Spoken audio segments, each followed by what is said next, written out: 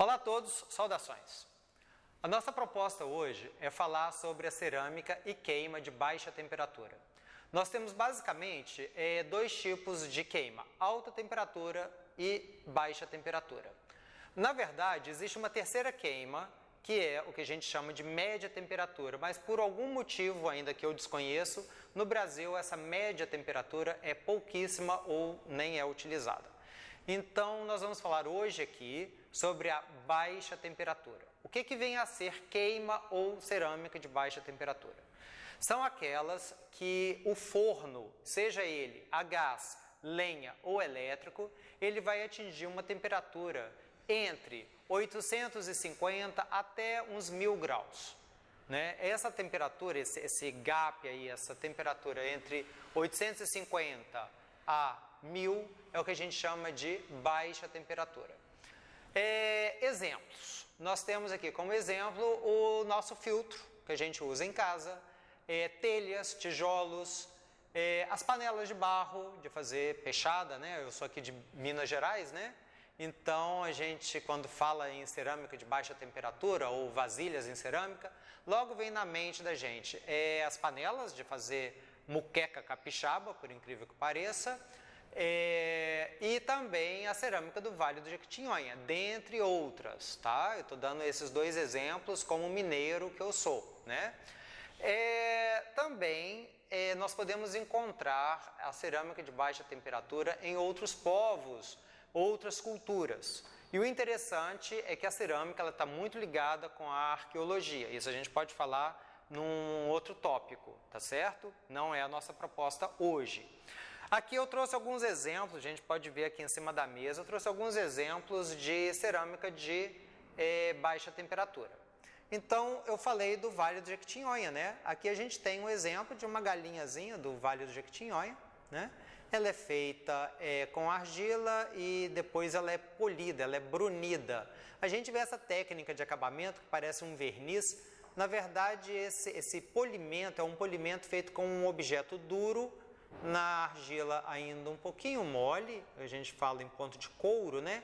Ela já está dura, a unha entra um pouquinho, mas ela aceita algumas modificações, algumas alterações. No caso, o pessoal do Vale do Jequitinhonha, eles têm essa técnica de fazer um brunimento nas peças.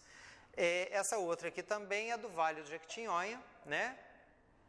Infelizmente, eu não tenho na minha coleção as bonecas, né? Que são muito famosas, as bonecas ou as noivas do Vale.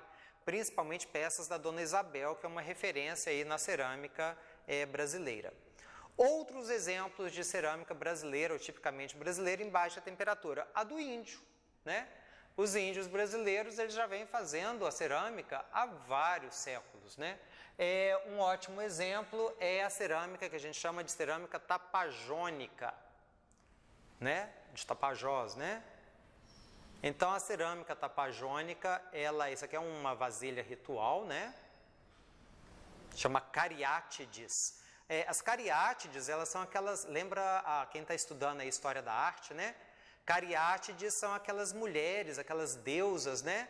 Das pilastras da arquitetura grega. Quando a gente vê aquelas pilastras gregas com as mulheres sustentando os templos, aquela escultura daquela figura feminina, algumas vezes masculina também, mas a grande maioria feminina, elas são chamadas de cariátides. Então, como essa peça, esse vaso, ela também é sustentada por elementos humanos e animais, a gente chama ela de vaso cariátide. Tá? Engraçado que é um nome grego para uma peça do índio brasileiro. Bom, um outro exemplo de cultura indígena é a cerâmica, não é Tapajó, desculpa, essa daqui é Marajó, todas duas da região de Belém, né? Então a cerâmica marajoara, ela se caracteriza principalmente pelo brunimento, que é aquele polimento que eu falei antes também, né? E o riscado, né? Eles fazem esse desenho geométrico em toda a peça. Esse daqui é um outro exemplo de cerâmica. Essa é uma peça mais moderna, tá? mas também eu perco os focos, eu estou aprendendo, viu, gente? Então, isso daqui, ó, esse desenho geométrico, ele é típico da cerâmica marajoara. Então, muita gente fala, eu tenho peça do índio marajoara. Mentira, quase ninguém tem peça do índio marajoara. Até porque o índio marajoara, ele não existe. A tribo, né, ou o povo marajoara, ele foi extinto do Brasil antes da colonização. Então, muita gente fala que peça marajoara. Na verdade, o que acontece da cerâmica marajoara, como essa daqui, por exemplo, né? A cerâmica marajoara, ela está sendo uma releitura de peças encontradas em sítios arqueológicos na ilha de Marajó, tá? Então, é uma releitura. Uma coisa interessante é que, por exemplo, essa daqui, ela leva, inclusive, elementos mais modernos, porque são peças comerciais, né, que as pessoas estão fazendo agora. Alguns, inclusive, com design com elementos celtas. Então, é uma coisa meio complicada isso daí, da apropriação cultural. Essa daqui é uma outra peça indígena, dos índios Cadiuel. A gente vê, lembra que eu mostrei a cerâmica do Vale do Jequitinhonha, que tem um brilho? A cerâmica de Belém do Pará também, das peças marajoaras também, elas têm um brilho. A Cadiuel, ela tem um brilho também. Mas esse brilho aqui, ele é feito com uma resina de uma árvore, que eles passam a resina da árvore ainda quente, então dá uma espécie de um envernizado, como se fosse um envernizamento ou uma vitrificação a frio, tá? Exemplo de outras culturas. Eu trouxe aqui também algumas coisas diferentes. Aqui eu tenho uma cerâmica... Achei o foco. Eu tenho aqui uma cerâmica espanhola. Tá? Então a gente vê o desenho, mas isso daqui parece uma louça, parece uma porcelana. Eu vou falar num outro vídeo a diferença de louça, porcelana e cerâmica. Mas isso daqui é uma cerâmica de baixa temperatura. E os desenhos que a gente vê aqui, esses desenhos florais, eles são pintados baixo vidrado, ele é pintado debaixo do esmalte. Tá? É uma técnica de decoração. Então não interessa se a peça ela é vitrificada ou tem um esmalte ou seja crua, como por exemplo as peças do Vale ou as peças indígenas, certo? Detalhe de esmaltação ou acabamento é outra história. Eu tenho aqui também exemplos asiáticos, né? Essa daqui é uma peça para colocar leite, né? Para mim essa peça é super complicada, porque eu serviria... o bico dela foge um pouquinho da gente, né? Da nossa forma brasileira. Ela é uma peça do Nepal, em baixa temperatura, né? Uma coisa interessante é o som. O som da peça em baixa temperatura ele é um som grave quando a gente bate. E o som da alta temperatura ele é mais agudo, como um sino.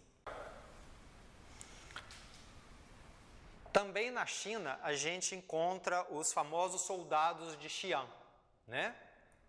Na verdade, os guerreiros ou soldados de Xi'an é um exército de terracota. Depois vocês olham aí na internet, vocês vão achar algumas imagens interessantes. Eles têm cavalos, eles têm uma série... Isso aqui são réplicas, tá, gente? Miniatura. Eu tive visitando Xi'an, eu tive a oportunidade de visitar esse sítio arqueológico. É muito interessante, porque a gente vê as esculturas tamanho natural. E não tem... É um exército com mais de 1000 soldados... E cada um tem um rosto diferente, ou seja, um escultor ele fez o rosto de um a um. Isso daí é uma curiosidade, depois vocês pesquisem que vocês vão achar mais coisas sobre soldados de Xi'an. Essa daqui é uma peça italiana, tá? Ela é em baixa temperatura também, esmaltada com esmalte vermelho, vermelho e preto aqui, assim, deu uma oxidação aqui em cima. Então, a cerâmica ela pode ser crua, como ela pode ser esmaltada. Depende do que a gente vai estar fazendo ou o tipo de acabamento que nós queremos dar à nossa peça.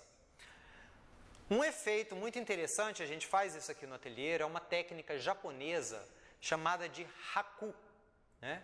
O haku, a palavra haku significa prazer, né? Eles falam que é porque a gente tem prazer em fazer, em ver e em utilizar uma peça feita em haku. Na verdade, é o sobrenome da pessoa que inventou essa técnica. Isso aqui é uma técnica de haku, é o haku descascado, né? É uma técnica de fazer. O barro é branco e esses desenhos em preto que aparecem, né? Eles, na verdade, eles são obras do acaso, esses craquelados, exceto o desenho geométrico que a gente vê aqui, que esse desenho geométrico eu isolei com durex. Então, são técnicas de queima, técnica alternativa de queima. Isso é um haku descascado. E essa peça também é um haku, só que ela é um haku esmaltado, então a gente consegue o brilho e consegue umas oxidações interessantes. O interessante do haku, e o que muita gente pesquisa no haku, né, quando vai fazer, são essas oxidações aonde o óxido de cobre, ou o antigo, né, o pessoal do interior chama muito de zinabre. Sabe tacho de cobre de fazer doce? Porquinhas e parafusos de cobre, quando ela fica aquela manchinha verde azulada? Aquilo ali, o pessoal chama de zinabre, né, no interior chama de zinabre. Aquilo é o óxido de cobre ou carbonato de cobre, a oxidação do cobre, na verdade é o carbonato de cobre, tem a coloração esverdeada. Quando a gente coloca o óxido de cobre ou carbonato de cobre na peça, ela vai dar, depois da queima, ela dá esse brilho, o brilho é causado pelo esmalte. A cor bronze, a cor metálica, ela é causada pelo cobre, quer dizer, o óxido de cobre vira o cobre. Também é técnica de queima que a gente pode, no futuro, dependendo dos pedidos, dependendo aí da demanda aí das pessoas que estão ouvindo e assistindo a gente. Outra coisa também, uma das características da cerâmica de baixa temperatura é que ela não é refratária, ela não é totalmente sinterizada, ou seja, ela é porosa, na verdade, ela mina a água. Um exemplo, suponhamos que essa peça aqui fosse um filtro d'água. Vocês já perceberam que o filtro d'água ele chega a dar até um lodozinho aqui, dá umas manchas e tal? É porque ele está minando água, ele vaza a água. E é o que não acontece com a cerâmica de alta temperatura. A cerâmica de alta temperatura, ela chega a vitrificar, ela sinteriza de forma tal que as partículas dela ficam muito juntinhas uma da outra e não passa água. E o filtro, ela vai passar tanto a água quanto um pouquinho de ar aí. Por isso que ela, antigamente, e alguns povos ainda primitivos, ou povos primitivistas, né? Eles ainda utilizam potes de vasilhas de cerâmica para poder guardar alimento. Exemplo, a África, na própria Ásia, em algumas regiões do Brasil, a gente guarda alimentos, né, grãos, em potes de cerâmica, porque ele respira ali dentro, né? Há uma troca, um intercâmbio ali entre ar e a parte interna com a parte externa e mantém o alimento, como a água também. Por que o filtro fica com a água geladinha, água fria? Porque está entrando ar. Ela é porosa, né? Ela entra ao ar e a água mina um pouquinho ali, tá bom? Então, tomar cuidado quem comprar uma peça aí, uma bilha, uma moringa, né? Opa, esqueci de falar dessa aqui. Uma moringuinha de água, né? Você coloca a água aqui, isso aqui é do Vale do Jequitinhonha, coloca a água aqui. Só que se eu colocar isso em cima de um móvel de madeira, vai manchar o meu móvel de madeira. Então, tomar cuidado com isso, né? Coloca um pratinho embaixo aí. Bom, hoje, basicamente, eu queria mostrar isso daqui. Vamos começar aos poucos, falando da cerâmica. Hoje, então, só para introduzir um pouquinho do que é a cerâmica de baixa temperatura. Muito obrigado, espero que vocês gostem. Não deixa de deixar sua mensagem, eu não sei se vai aparecer aqui, ou do lado de cá. Curte o sininho, né? Curtir o sininho, apertar o sininho, eu não sei como é que fala. Eu sou novo nesse negócio de canal. E estou às ordens aí para responder as perguntas de todo mundo, tá bom? Sejam bem-vindos ao nosso canal mais uma vez. Grato e até a próxima.